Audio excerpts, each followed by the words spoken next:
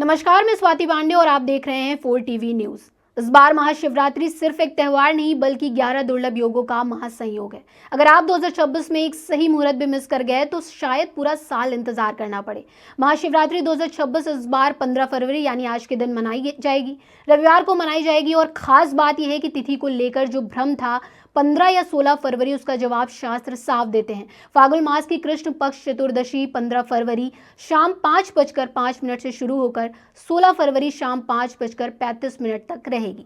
लेकिन क्योंकि निशीत काल यानी मध्यरात्रि में चतुर्दशी 15 फरवरी की रात को रहेगी, इसलिए व्रत और पूजा 15 फरवरी को ही करना शास्त्र सम्मत माना गया है और यही इसे और खास बनाता है। इस बार सिर्फ शिवरात्रि नहीं बल्कि शिव योग, सिद्धि योग, प्रति योग, आयुष्मान योग, सौभाग्य योग, शोभन योग, साध्य योग, शुक्ल योग, ध्रुव योग, व्यतिपात और वरयान योग जैसे दुर्लभ संयोग भी बने हैं।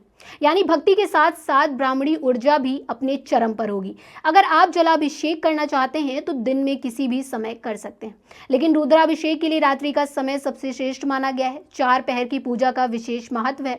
प्रथम पहर शाम 7 से 9, द्वितीय पहर रात 10 से 12, तृतीय पहर 1 से 3 और चतुर्थ पहर सुबह 4 से 6 बजे तक।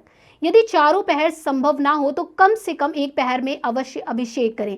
अब बात करें जलाभिषेक के शुभ मुहूर्त की। सुबह 8:24 से 9:48, फिर 9:48 से 11:11 और सबसे श्रेष्ठ अमृत मुहूर्त 11:11 से 12:35 तक रहेगा। शाम को 6:11 से 7:47 तक भी अभिषेक किया जा सकता है।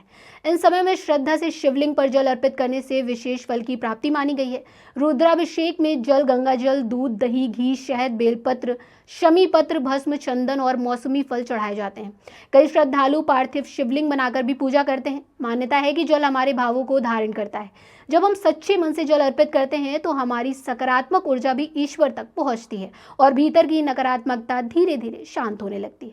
अगर जीवन में आर्थिक परेशानी चल रही है, मेहनत का फल नहीं मिल रहा है, तो इस दिन व्रत रखकर गंगा जल से अभिषेक करें। ओम नमः शिवाय का जाप करते हुए 11 बेलपत्र चढ़ाएं और कम से कम 11 माला मंत्र जाप करें। नियमित साधना से धीरे धीरे परिस्थितियों में सुधार महसूस हो सकता है। वहीं अगर मन में तनाव, बेचैनी या नकारात्मकता है तो गंगा जल और कच्चे दूध से अभिषेक करें। 11 बेलपत्र अर्पित करें और प्रतिदिन 108 बार ओम नमः शिवाय का जाप शुरू करें। कहा जाता है कि मंत्र की ध्वनि मन के कंपन को संतुलित करती है और भीतर शांति का अनुभव कराती है। महाशिवरात्रि सिर्फ रात भर जागने या व्रत रखने का नाम नहीं है। यह अपने भीतर के अंधकार को पहचान कर उसे शिव तत्व में विलीन करने का अवसर है। ये वो रात है जब साधारण भक्ति भी असाधारण फल दे सकती है, जब एक सच्चा मंत्र जाप भी जीवन की दिशा बदल सकता है।